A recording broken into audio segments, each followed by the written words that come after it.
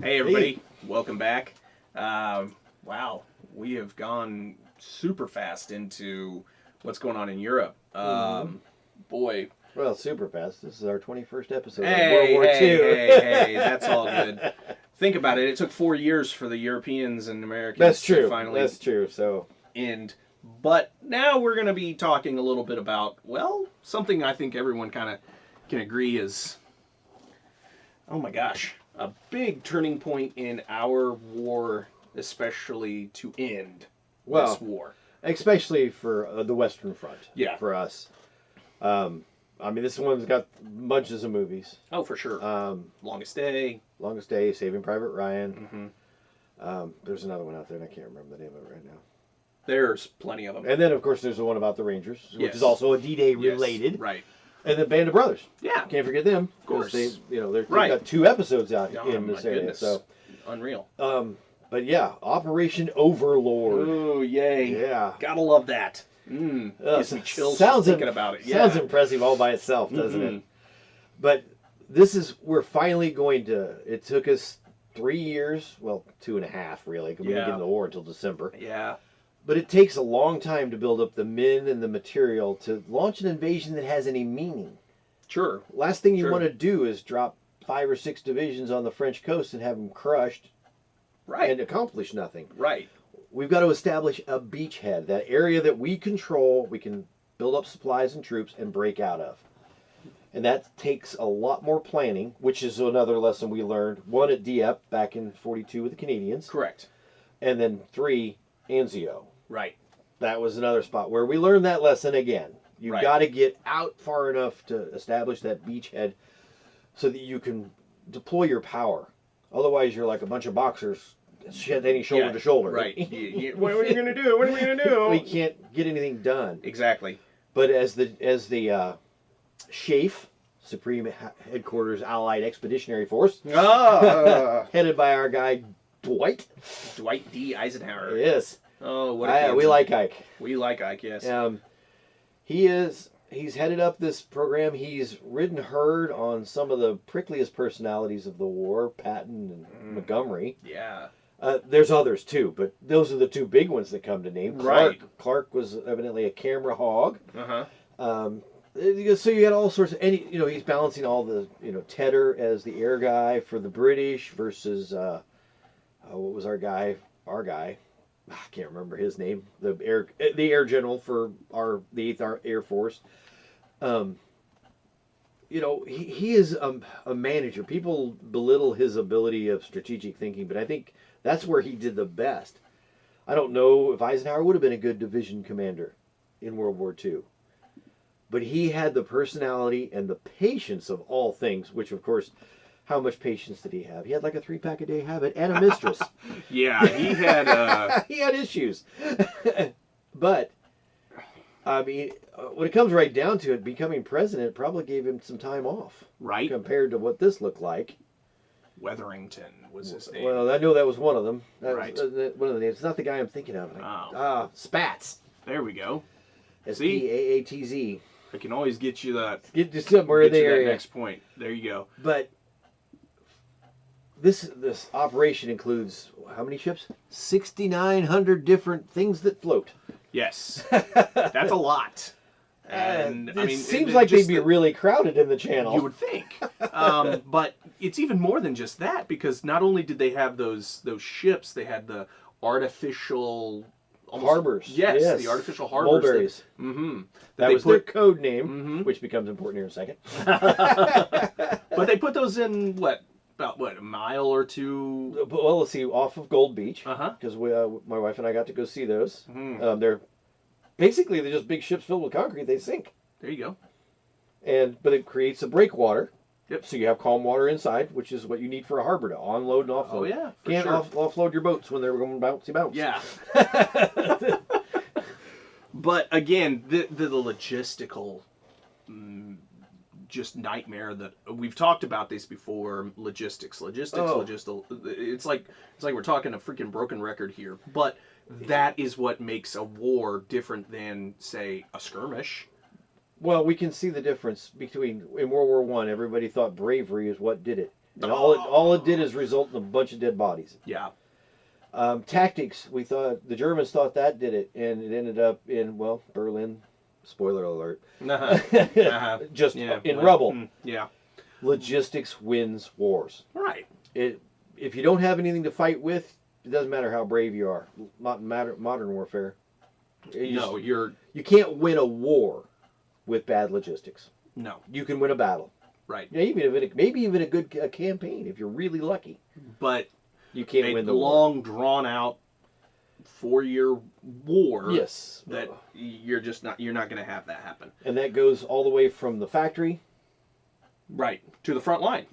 Organizing the raw materials to the factory producing it and shipping it to Europe, and then getting it supplied and put in the right place. I mean, I know as a soldier, I made plenty of fun of supply sergeants. Because it never seems like you really have everything you need. No. Well, I'm sorry. You never have everything you want. Right. You probably have at least enough to get done with what you're supposed to do. Well, it always turned out that way when I was in. Mm-hmm. You'll always manage to get the job done because you had most everything you needed and wanted.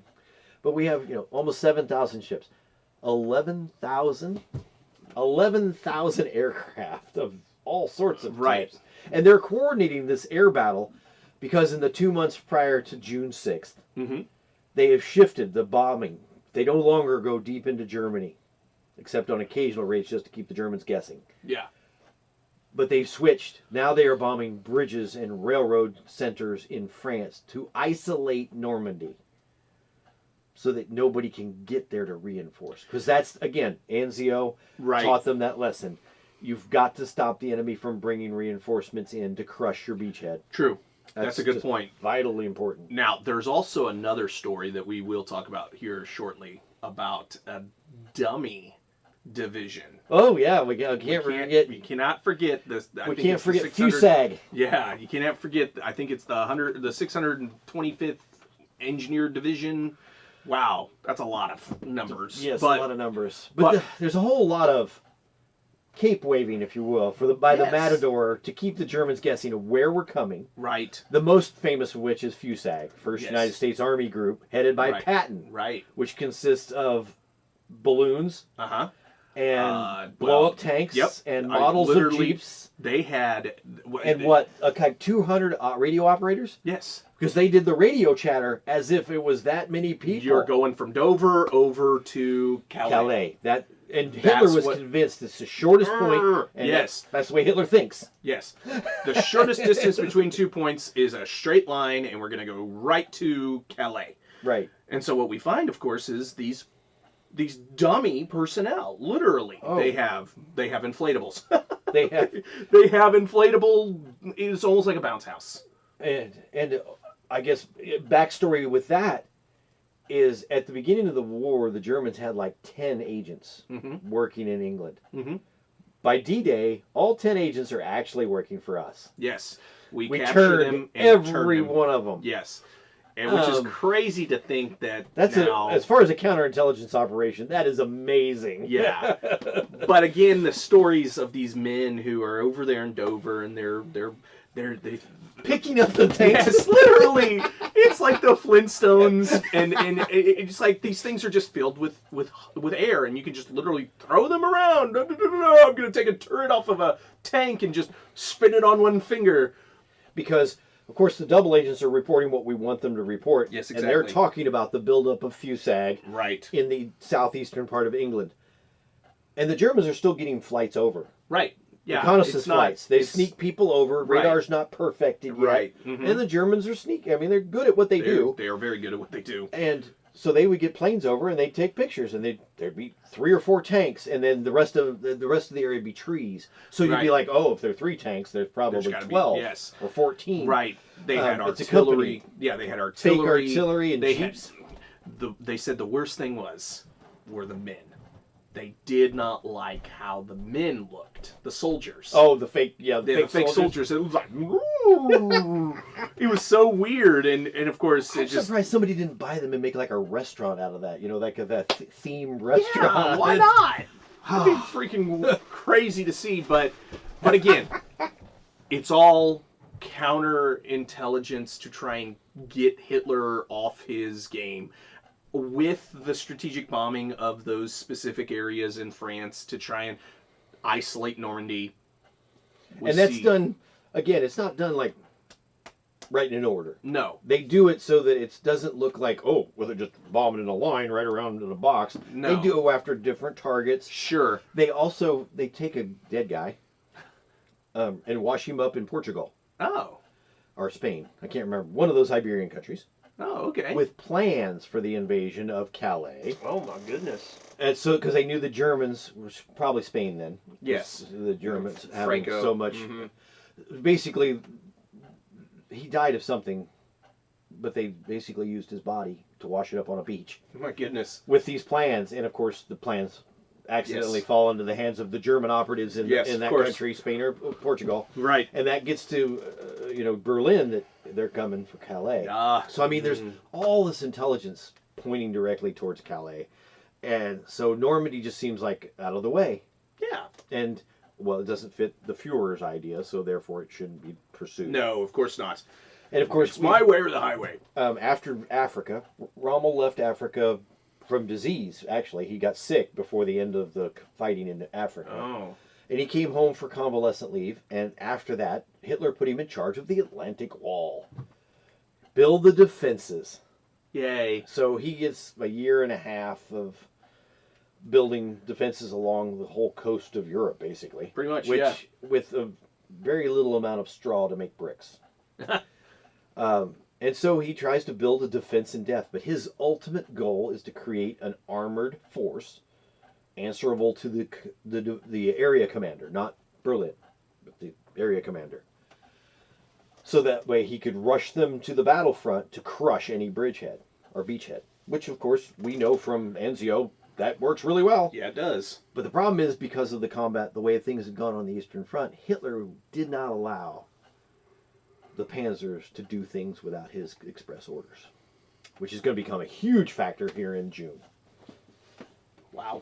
Yeah, I mean, there's a whole lot of things that go into making Normandy a success, or Overlord a success. Well, and of course, there's some dumb luck with it, too. Well, I mean, weather was problematic. Yeah, they've had to scrub the mission multiple times. Well, they had limited number because they had to have a certain amount of moonlight for the airborne. Right. And obviously it's a 28-day cycle, so if you get like 3 days where you can do it, and then you have to wait a month. Yeah. And June 6th was the last day you could do it until the end of June. Yeah. Well, almost into July. Right. And then you start worrying about winter. Of course. I mean, you've got a very small window to launch a successful invasion if you're going to push east towards Germany. And do it quickly and enough. do it quickly. So you plan, and you plan, and you plan. And logistically speaking, we were probably ready sometime in late 43. Mm-hmm. But of course, it's winter or fall. You can't do anything the about weather it in the North Sea and the English Channel in the fall is not pretty. No. So you're definitely not going to invade then. Right. And then, of course, it's winter. You don't want to be trying to do an offensive in the middle of winter. No, of course not. So here you are. You're waiting for spring. Because technically, June 6th is still in spring. Yes, it is. And they're going to land 156,000 men. 5 divisions? Mm-hmm. 3 U.S. divisions, 2 British, and a Canadian, so 6 divisions. Well, yeah. And then, of course, 2 airborne R's and 1 airborne British. Mm-hmm. A lot of people are thrown into the mix. A lot of moving parts. Yeah, you got 23,000 airborne troops, and of course, of those that actually hit their landing mark are 2,000. Yeah, you're looking at people scattered all over the place in northern Europe, in northern France, and they're just thinking, okay, where do I go now? Well, luckily we taught our people to read maps. Yeah, that's a great idea. Actually, teach them to be competent, even if they were a PFC. There you go. Because they might end up in charge of a squad. You're right. Or worse yet, a platoon. Which didn't happen too often, but occasionally. Yeah, right. But as we build up to D-Day, the training's going on. We have some horrible accidents. Tiger Sands. Where we're doing a fake invasion, and the Germans managed to sneak some of their E-boats, which are kind of like really small destroyers or very large PT boats. Okay. kind of in a mid-size there. Yeah. Sneak in and torpedo a bunch of our boats. We're talking like 5,000 casualties. Oh my gosh. I mean, it's a disaster. Wow. Then we have a friendly fire incident, same kind of thing. Oh my gosh, I didn't realize that. I mean, the incidental amount of casualties that an army suffers just training and getting ready. Mm-hmm. And, you know, like, oh, all those lives are wasted. They're not wasted in the sense that they don't have a purpose. Yes, it's horrific to think that you went that far from home for that long to die in a boating accident while you're practicing for the invasion. Well, you know what? You know, if we learn something, it works better. Right. And, well, my grandfather, who was scheduled to land on Utah Beach with the 4th Combat Engineer Battalion. Yeah. He was practicing loading onto the boats, you know, with the nets over the side. Right. And he fell, carrying, you know, 80-pound packing. He was not a big man. He was like 5'5". Oh, my goodness. He was a small guy. Yeah. He fell, got tripped, sprained his knee, swelled up like a pumpkin. He missed D-Day because he was in the hospital because his knee was swelled up like a pumpkin. Luckily. He didn't land until sometime in July. Mm-hmm. He got to be there for D-Day, or Battle of the Bulge. But, well, you know. Nobody really cared after that. Yeah, he made up for it, I guess, if you want to think of it that way. Good point. There's just, but I guess when we talk about it, we have the airborne divisions. Right. Where we have the 101st, and then is in the west, 82nd in the west, and then the 82nd's in the middle, kind of. Yeah. And then the British 1st. Right.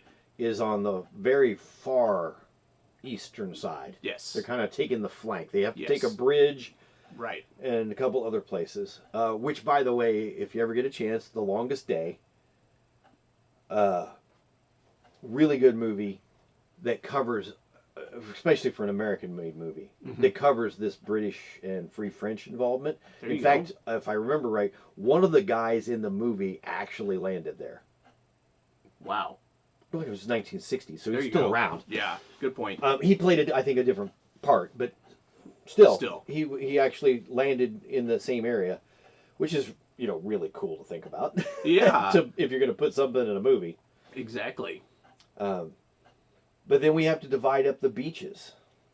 And, well, if you think of... here we go. There you go. Yeah, there you go. There you go. Mirror it. This is the Cotentin Peninsula. This would be Utah Beach over here. And then Omaha. And then Gold, Juneau, and Sword. And Sword, yeah. Now, it's funny how those names came to be. Yes. Now, well, the Americans got to name theirs. And they of course. chose, I mean, they got theirs out of a code book of places. Right. So they got Utah and Omaha. That makes perfect sense to me. Yeah. I mean, really, until Peyton Manning destroyed it, Omaha was fine. Omaha. Yeah, right. But the British, on the other hand, they take a little different turn. They decided fish. Yeah. Of all things. They're an island nation. I guess. Fish works well, right? I guess it does. Fish and chips are very good. I bet. So, gold is, of course, goldfish. Shortened down to goldfish. Yeah. The swordfish. Makes perfect sense. Perfect sense, yes. What's a Juneau fish? Yeah. Well, there is no Juneau fish. Oh, okay. There used to be what was called jellyfish. The Canadian sector was going to be called jellyfish. Well, of course, shortening everything down, just jelly. Now, we make this joke off camera, but I surely would not want to say, come back home to Canada from the war and say, well, where did you land? I landed on jelly. Where'd you get hit? I was getting jelly. But the idea of that would be terrible. The Canadian general in charge of their landing division, which I don't remember which division, the 3rd Canadian. Yeah. He said, I'm not going to do that. He renamed it Juneau after his wife. Good idea. Which, smart man. Yes. Good choice. Historically, I think it bears out that he made really good choice. Yes, I agree. Again, jelly, I don't know. I'm sorry. Reminds me of Finding Nemo. Yes. And so, Jelly Man.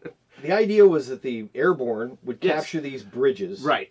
And strategic spots behind the lines to prevent German reinforcements from getting to the beach, Yes. allowing time for the invading forces to get their stuff together and get ready to be a fighting force. Because when you land on a beach, it looks all heroic and stuff when you see it, like in Saving Private Ryan or The Longest Day, charging Right. off the landing craft and stuff. But It's not like it doesn't leave your division in a really good fighting. It's a skirmish situation as opposed to a battle formation, I guess. Right. And so the airborne has a vital St. Miraglisse, which is up in the Cotentin Peninsula. Carentan, which we see in Saving Private Ryan. Oh, yes. St. Lo, which if you've read anything about it, St. Lo is a huge factor. Right. And then, of course, the Pegasus Bridge and stuff for the British. These are all vitally important, and we'll talk about their disorganization here in a bit. There's only one other spot that's not mentioned, and there's a little jutting. It's not a peninsula by any stretch, just like a bulge on the Normandy beach line. It's called Point du Hoc, and it sticks out. It's a big bluff, like 100 and some feet tall. Oh, wow. Very impressive. Good view. You can see England. On a good day, we couldn't because it was hazy. But you could literally look up Utah Beach and down all the way to like Juneau. Yeah. And they had piled artillery up there, like 6 really big guns, and we'd bomb the crap out of the area and everything else. But the bombing, we're used to growing up with watching video from like Iraq, yes, where they're dropping bombs into cars on bridges that are moving. Right. Right. We're not looking at like precision bombing here. No, in World they War II. basically unload in the general area, a whole squadron, Right. drops all their bombs, and hope they hit something. Yeah, that's where the term carpet bombing gets its name. And Right. so, and these, of course, were built in really strong bunkers, so even if they did get bombed, they might not have been damaged enough to keep them out of action. So the Rangers, this is their first real significant deployment, is a vital mission. Yes. I mean, they'd done many things in Sicily and Italy, but this was big. Yes. They trained for this for a long time. To get up those cliffs, they even invented things, these rocket-fired grappling hooks Oh, wow. to shoot them up on top of the cliff so they could get up there, get up the cliff. Important mission. And obviously vital. You don't want a bunch of artillery pieces shelling your landing craft. Well, no. I mean, you're just... Where are you going to go after that? Honestly? Right, you're just going to go home is what you're going to do. Exactly. So it has to be taken. So I guess that breaks us into like 8 or 9 different areas that are vitally important. Right. I mean, luckily, the air is pretty much owned at this point. Mm-hmm. The German Air Force, the Luftwaffe, is in bad strait. And Right. most of it is reserved for defending the homeland. Of course. And the German Navy's surface fleet was never very strong to begin with. No. And it's reduced to those E-boats doing raids. Yeah. And they're not a major factor They're almost either. like little gnats. Just Yeah. They pestering can't you. really stop the invasion. They can just make it bloodier. Mm-hmm. And so we're ready to invade. Yeah. I mean, Ike is smoking cigarettes like a chimney, Yeah, well. thinking about what he's got to do.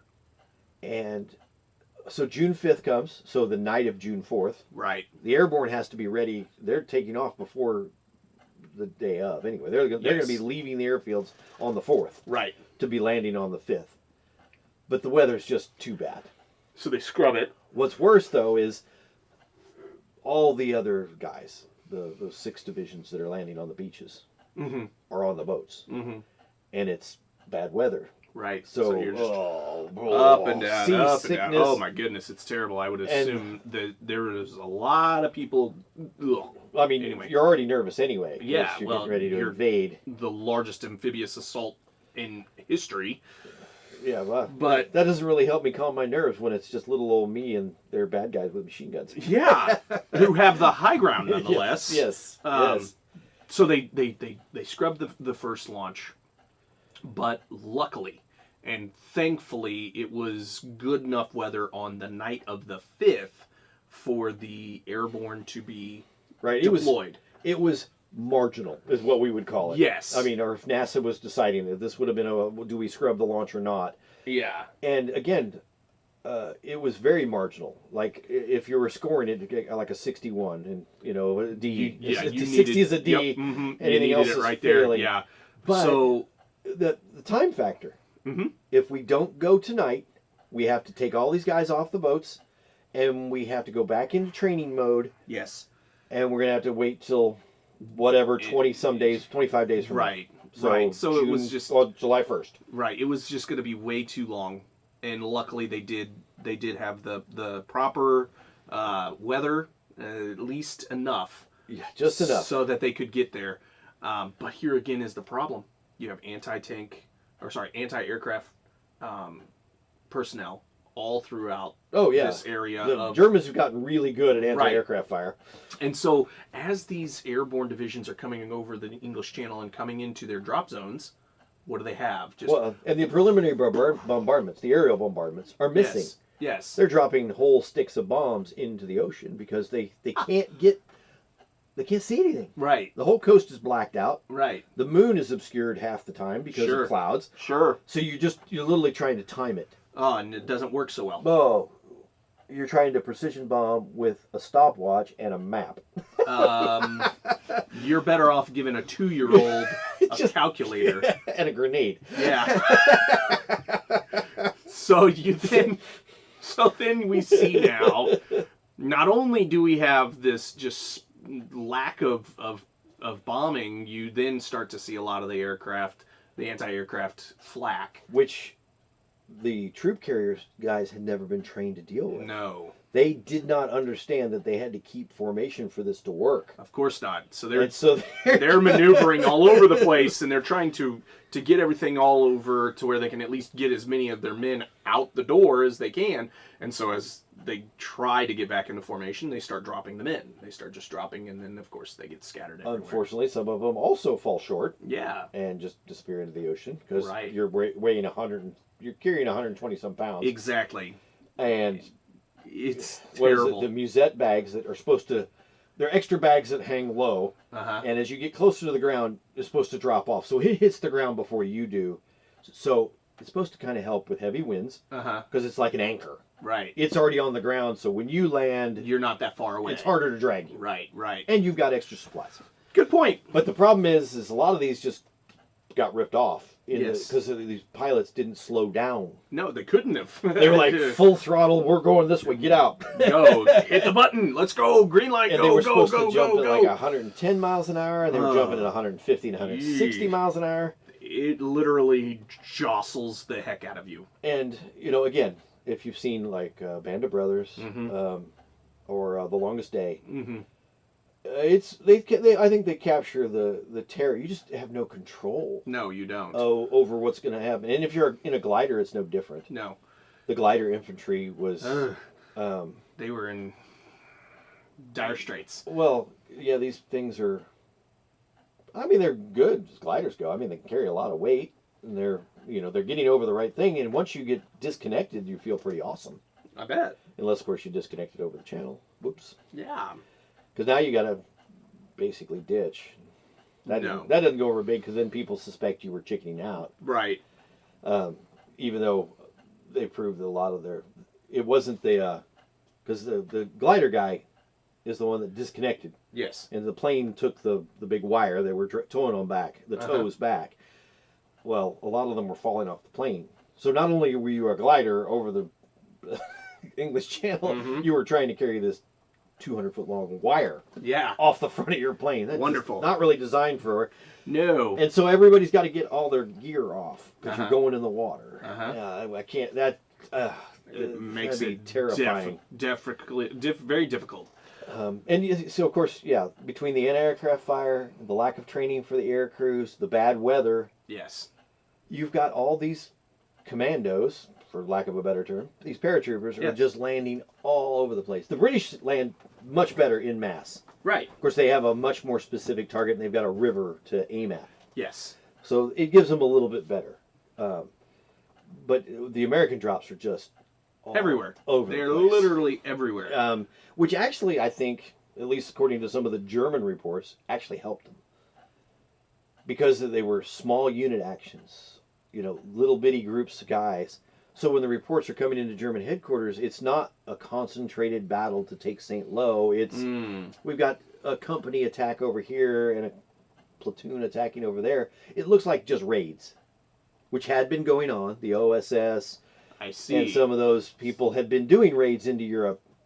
So there's not this concentration. Right, you can't say that the 1st Brigade of the 101st Airborne is right there and we're going to go fight them. Right. It's like we got 20 reports that they're squad-sized attackers or platoon-sized. Right. Well, nobody gets excited when you're in a general staff about platoon-sized attacks. No, they're just like, we've seen this before. Okay, so they're raiding something. Yeah. They're going to try to take out maybe the radar station that's close by. You know, you could come up with all sorts of excuses of what they were doing, except invading, because we know the invasion's coming to Calais. Yeah, exactly right. said so. Exactly right. Exactly right. So when we finally do get to this invasion force, this complete massive amount of people, what did we say, over 157,000 troops coming over? Yeah, what, 20-some thousand or 12,000 paratroopers? Yes, yeah, it's unreal how many. And so should we just go by beach? Yeah, so go by beach. Okay, so Utah's easy. Yeah, Utah's pretty simple. We miss. Yeah. By like a mile or two. We land in the wrong spot, but very minimal casualties. What does it say there? 200 casualties over the course of 2 days. I know that's the way they get their numbers. Easy landing. They push inland really quickly. They get to St. Mary-Église, I think, on the first day. Well, there you go. So things go really well, which St. Mary-Église basically allows them to cut off Cherbourg at the top of that peninsula. So, right.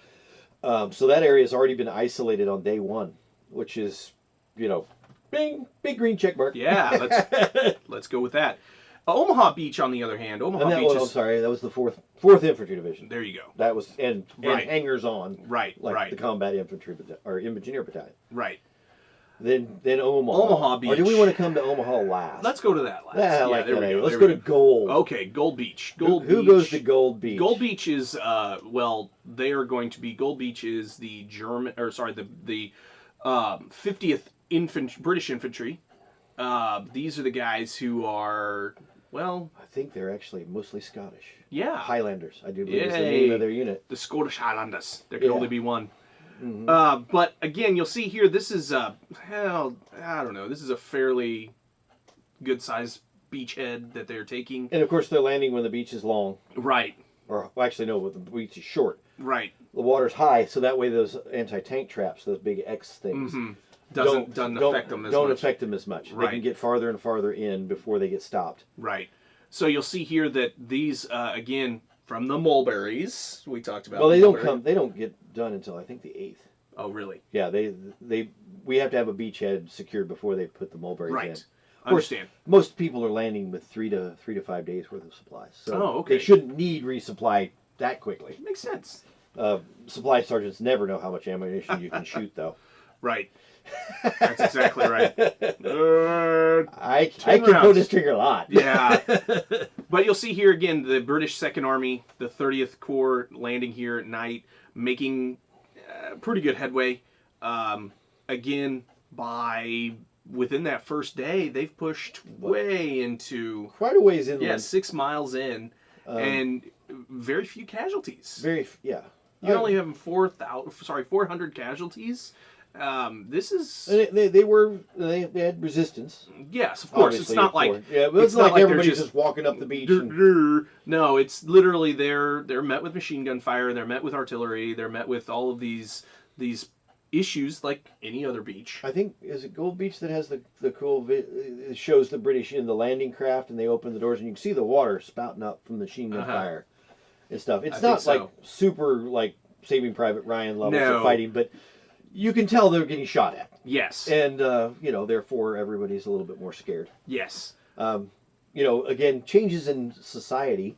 Mm-hmm. One of my favorite pictures was of guys getting into an American landing craft. And there were like 20 guys in the picture. 19 of them visibly had a cigarette in their hand. Something you wouldn't see today. No way. And I bet probably decent money that the 20th guy probably had one too. He just didn't have it out right then. Right. Yeah. More than likely. For sure. For sure. Because they were free. Yeah. And nicotine does have a calming effect on the brain. Yes. Not physiologically it doesn't. But no. The brain-wise it does. So then we go to Jelly. I mean, Juno. Juno. They both start with J. Yep. Juno, Jelly. This is the Canadian third. Yes. And so, again, the Canadians, they, well, again, being a part of the British Empire, they have this same mentality. God save the king. Mm-hmm. Well, you know, Yep, it is what it is. But as you'll see, again, they have quite a bit of injuries, not so much of their death. I can't remember exactly. It doesn't really show how much of their dead they had, but they had over 1,200 injuries. Oof. So That's a lot. I mean, yes, that's a lot of men that are knocked out of service, but you know, they can at least recover. So you gotta wonder if there was less direct defense as opposed to like landmines and stuff like that. Probably the case. And so again, let's take a look and see where we can maybe find some specifics. Nope, wrong one. But again, the idea is that there's quite a bit of, well, there's a large amount of resistance, of course, coming from the gold and more than likely sword beach. Juno, it's in the middle of both. Yeah. Which was nice for the Canadians. They already did Dieppe. They took a lot of casualties there, so Yeah, right? they get the middle. They don't have to be on the flank this time. There you go. And then Sword, Sword. which is third British. Mm-hmm. So all infantry divisions, of course, you don't really use armor to invade beaches. Right. It doesn't work very well. Not well and at all. Really, we'll talk about the D tanks and, you know. But again, fairly light defenses. Mm-hmm. They move for the British fairly quickly inland. And this will become a pretty significant issue because Montgomery, who's in charge of the British sector, Right. well, technically I think he's in charge of the whole sector, but he's really definitely having more influence in the British sector, which is the Canadians too. And they are much more about set piece battles. Right. Get all your ducks in a row and then move forward. Then get all your ducks in a row and then move forward. Very Doesn't work Very so World well. War One. Yeah. Limits casualties, which for the British Empire at this point is very important. Okay. Yeah, makes sense. And really for the Canadians too, but just because they don't have that many people. Yes. Right. You know what? Right. 15 million people probably in the whole country. Yeah. If you're lucky. Yeah, if you're lucky at this point. So, as they drive towards Caen, which is kind of that ultimate goal. Yes. Also the home, I think it's the 21st Panzer Division, which is not, not an easy, Not easy to get out of the way. No. One of the complaints that starts to build, just like in Sicily, is that the British are too damn slow. Makes sense. We're trying to seal off boundaries. We're trying to capture enemies. You can't do that if you announce you're coming 3 hours in advance with an artillery barrage and then stop for tea. So oh my goodness. you have this friction really boils into this as the invasion of France goes on. Right. Between Americans and British, because the Americans want to get things done. Right. The British are... And that's part of Montgomery's personality. It is. He is very much a World War I general. He wants to think of things. He was a staff officer in World War I, Sure. so he knows all about the logistics. Right. So And logistics win. Mm-hmm. But speed is kind of important sometimes. Especially because when they you don't have... reach Caen till D+14. Yikes. I mean, way too late compared to the pressure that was put on elsewhere. But all three beaches are successful. They Right. all push inland and establish a good beachhead. Right. They're not going to get pushed into the sea immediately if they get attacked. Yes. They have a little bit of ground to give up before the beach is in sight. Right. Now, the last one that we will talk about here is probably the bloodiest, obviously. Well, yeah, we saved the big one for last. The one that gets the movies. Right, yeah. Nobody makes a movie about Utah Beach. No. Nobody makes a movie about, Juno where you only have 400 casualties. No, we're talking about the big dog. We're talking about Omaha. Omaha Beach, which Omaha is the Beach. 1st and the 26th? Yes. 29th, sorry. 29th, there you go. 1st and My bad. 29th. And again, with Omaha, this is again where you're going to see a lot of your fierce fighting. Well, the the German 352nd Division is defending Omaha. Mm-hmm. No, nowhere else along the line is there really a infantry division. A dedicated infantry. There's what they call static divisions, garrisons. Uh-huh. So usually second line troops, often non-Germans. Yes.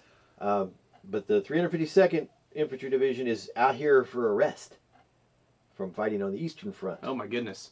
But you can't give a division a rest. You have to give it a job. Right. That's just easier than other jobs. Right. So they're chilling out here, guarding the coast, and they're probably thinking I would have been safer in Minsk. Yeah. Right.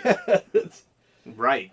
But they're battle hardened. I mean, even with their extras that aren't German, they got a core of very solid combat veterans. Right. And so of the 34,000 Americans who land here on Omaha, we see 2,400 of them dying. Yeah. And that's a big number. And all in all, especially for a single day. Right. I mean, we don't see those kind of numbers in the Pacific until we see Tarawa. Right. Iwo Jima, other things those, like that. Those numbers go up in the Pacific, but even in like Anzio, which was kind of a disaster, we didn't see that in the day. No, we saw it in the course of a week, right? But not a day. And so it brings to the question, when we see these numbers, and again, upwards to 10,000 casualties, again, dead, wounded, missing, whatever the case may be. Right, and some of those missing were actually where they were farther ahead than they were supposed to be. They were on the wrong side of the German lines because they'd already pushed through. Exactly. And this is, I think there were 12 planned waves. Mm-hmm. And of course, visibility's not great because the haze, the stormy weather wasn't stormy, but it wasn't nice. Right. Wasn't sunshine and rainbows. Communications with the beach was lost very quickly, or it was scattered. You see kind of an example of that in Saving Private Ryan, right? Where he talks to the shore party, yeah, and then he realizes the radio's shot. Well, now what do? The shore party guy's dead, and the radio's gone. Sorry, you're gonna wave your hands? I don't think so. Yeah, no. I know there was at least one case of a destroyer commander taking his destroyer very close to the beach, like court-martially close, to apply direct fire to gun positions on the beach. And so he didn't get court-martial because it worked. Yes. Lucky him. He got a little Navy Cross, I think. I bet he did. Because, I mean, a destroyer had like 5-inch guns, which is a really large tank gun, really, today. Yeah, yeah. I mean, that's basically what an M1 Abrams uses, a 5-inch gun. Yeah. But the first two waves are not very effective. The Germans are ready. The DD tanks, these cool things, they design these tanks so that they have these big balloon skirt things that go way up over the top of the turret. Oh, really? And then, of course, once you land, it surrounds it, right? So it gives you buoyancy. Right. I got to balance out that 30 tons of tank, right, and still float. And then, of course, you had, instead of the treads moving underwater, you engaged your propeller gear and had propeller on the back. Nice. And it could make 3 to 4 knots. So slow, but effective. Effective in calm weather, which we do not have. No, we do not. Problem is, at the top of this skirt, if the water starts to slop in, you've got no bilge. You can't pump the water out. Yeah. Life gets ugly really fast. I can only imagine. And most of these tanks don't make it to the shore, and the ones that do are taken out because they become big targets really fast. Well, yeah, you've got to. They're very effective when they're there because a machine gun nest doesn't last very long against a tank.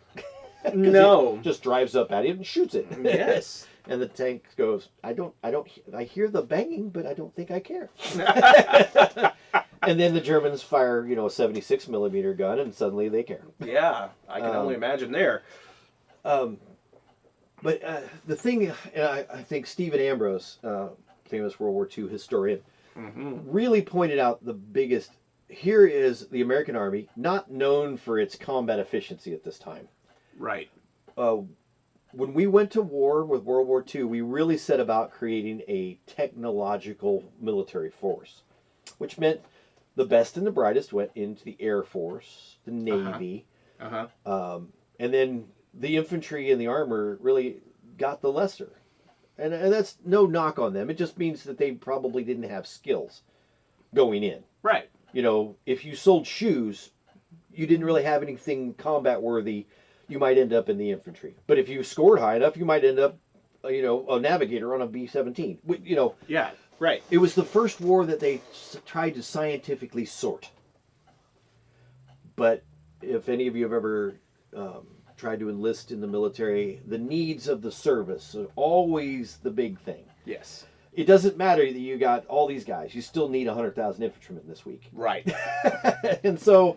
we need a lot. So, yeah, I know you've almost got a doctorate degree, but It you're in the doesn't matter. infantry. Yep. You're. But you're a lieutenant. Here's a map. Yep. Here's a map and a whistle. Yes, and you were getting your doctorate in philosophy. Yeah. So help me. Yes, exactly. And luckily, with the way our replacement and deployment system worked, a lot of the NCOs in these units, the officer might have been as green as it can possibly be, but the NCO was coming from a combat unit from North Africa or Italy. Right. Who had been wounded and shipped back and put in another division. And they're the ones really running the day-to-day operation of the platoon or the company. Right. Letting the officers learn on the job. Sounds without hopefully getting everybody killed. Yeah, sounds like a great idea. It is surprisingly effective as long as the officers listen to their NCOs. Which, most of them, that's one of the first things they're taught in officer candidate school. Listen to your sergeants. Yeah. Yeah. They're the ones that have been there, done that. So, listen. Yep. But for all the talk about the German Army being so professional, we talk, 352nd Infantry Division being combat veterans. Right. I mean, Rommel's had 2 years to prepare the Festung Europa, the European fortress. Right. And the civilian army, really. Mm-hmm. I mean, they've all got uniforms on, but most of them are civilians at heart. They're ready. As soon as they can go home, they will. For sure. They have no desire to be there. They want to get this over with.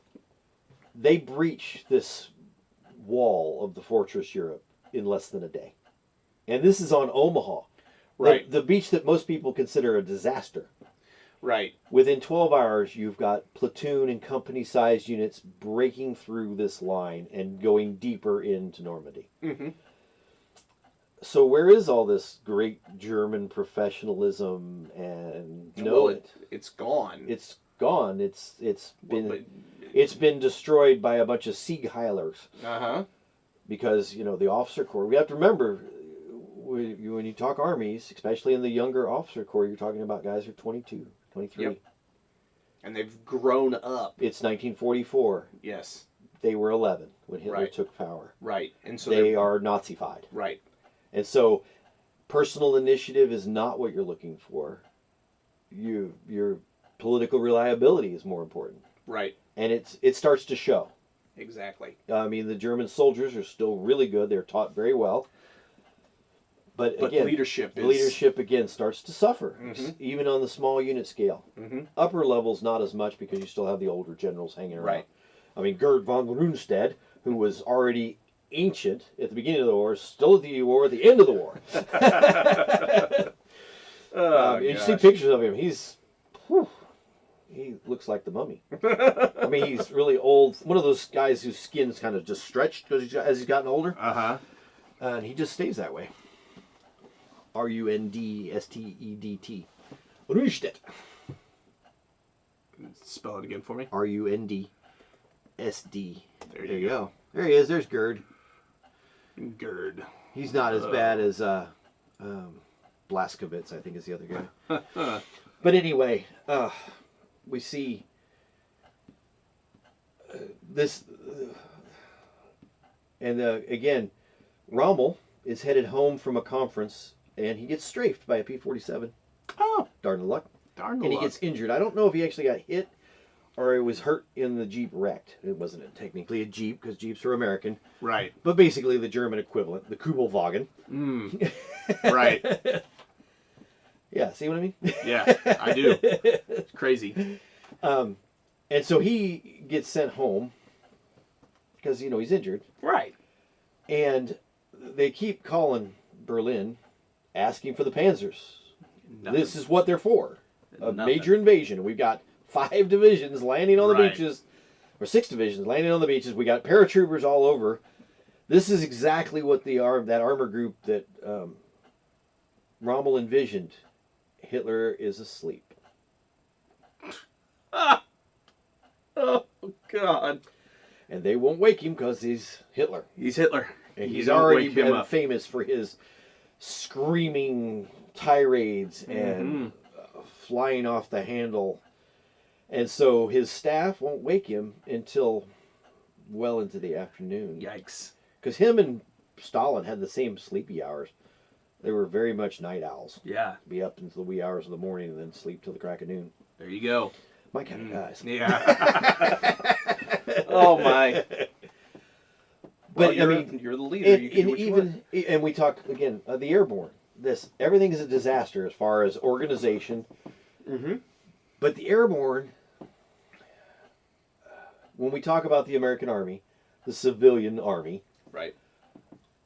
it's 99% draftees. I mean, even the ones that are volunteers are probably drafted.